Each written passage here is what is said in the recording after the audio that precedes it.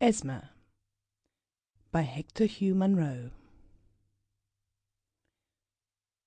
"All hunting stories are the same," said Clovis, "just as all turf stories are the same, and all—" "My hunting story isn't a bit like any you've heard," said the Baroness.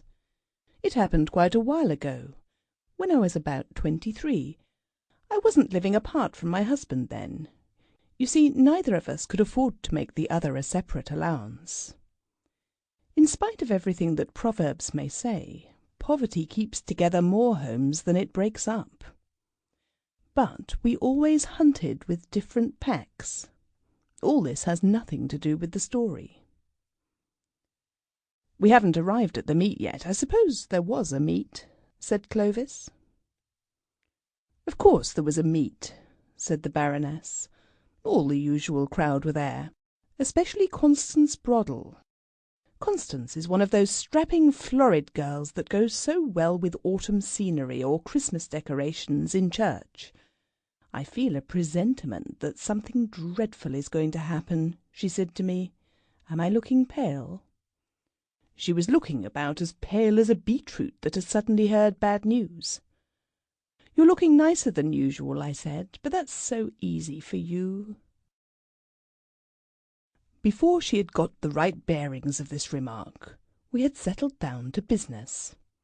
Hounds had found a fox lying out in some gorse bushes. "I knew it," said Clovis. "In every fox-hunting story that I've ever heard, there's been a fox and some gorse bushes." "Constance and I were well mounted," continued the Baroness serenely, "and we had no difficulty in keeping ourselves in the first flight, though it was a fairly stiff run.